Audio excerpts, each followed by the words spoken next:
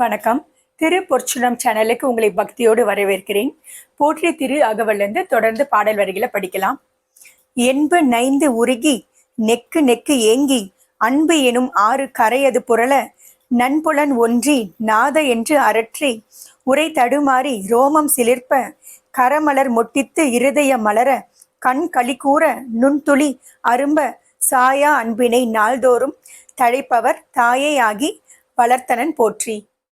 அடிகளார் குருவா வந்திருக்கிற சிவபெருமான பார்த்த உடனே அவருடைய கண்ணும் மனசும் ரெண்டுமே ரெண்டு பெரிய வேலையை செஞ்சுட்டு இருந்துதான். இவருக்கு இறைவன் மேல வந்த அன்பு காரணமாக இவருடைய எலும்பெல்லாம் உருகுற மாதிரி இருந்துதான். கண்களில கண்ணீர் பெருகி கொண்டே இருந்துதான். நாக்கு பேச முடியாத மாதிரி குழறியதாம். நன்புலன் ஒன்றி நாத என்று அரற்றி பொறி புலன்களை, அதாவது கண் காது வாய் இது போன்றவற்றையெல்லாம் நல்லவைன்னு யாரும் சொன்னதில்லை. ஏன்னா மனசை ஒரு கட்டுப்பாட்டுக்குள்ள வச்சு கட்டுப்பாட்டுல இல்லாம அது இஷ்டத்துக்கு வேலைகளை செய்யற தொட்டு இதெல்லாம் யாரும் நல்லதுன்னு சொல்லதில்லை. ஏன்னா அடிகளார் கூட முன்னாடி பாட்டுல புலன் ஐந்தும் வஞ்சனையே செய்யத்தான் சொன்னவர்.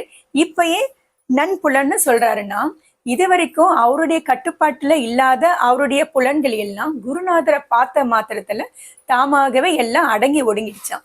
கண்கள் அவரை மட்டும்தான் பார்க்குதான், காது அவர் சொல்றதை மட்டும்தான் கேக்குதாம், அவர் வாயிலிருந்து இறைவன் நாமம் மட்டும்தான் வருதான், கைகள் கரங்கூப்பி அவரை தான் வணங்கிட்டு இருக்கான்.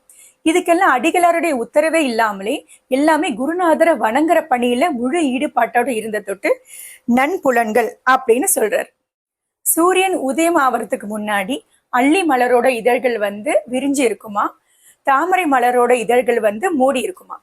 சூரியன் உதயமானதுக்கு அப்புறமா அள்ளி மலரோட இதழ்கள் மூடி இருக்குமா, தாமரை மலரோட இதழ்கள் விரிஞ்சிருக்குமா. அது போல அடிகளாரும் குருநாதரை பார்க்கறதுக்கு முன்னாடி அவர் அரசரையும் இறைவனையும் தவிர வேற யாரையும் வணங்க வேண்டிய சூழ்நிலை ஏற்படலை. அதனால அவர் கைகள் விரிஞ்சுதான் இருக்குமா, இதயம் மலரலையாம். இப்ப நிலைமை அப்படியே மாறிடுச்சான். இவர் எப்பவும் இவருடைய கைகள் மூடிதான் இருக்குதான், இதயம் இப்போ மலர்ந்துடுச்சான். உலகத்துல இருக்கிற பொருட்களில் எல்லாம் நமக்கு அது மேல ஏற்படுற அன்பு கொஞ்ச நாள் இருந்து அதுக்கப்புறம் மறையிறது இயல்புதான். இது சாயும் அன்பு. ஆனா அடிகளாருக்கு குருநாதர் மேல ஏற்பட்ட அன்பு நாளுக்கு நாள் அதிகமாய் போயிட்டு இருக்கே தவிர அது குறையல. இது சாயா அன்பு. இந்த சாயா அன்பு தழைக்கும்படி தாய் போல இருந்து வளர்க்கிற என் பெருமானுக்கு வணக்கம்னு சொல்றாரு. மீண்டும் அடுத்த பதிவுல போற்றி திரு அகவலிருந்து தொடர்ந்து பாடல் வரிகளை படிக்கலாம். நன்றி, வணக்கம்.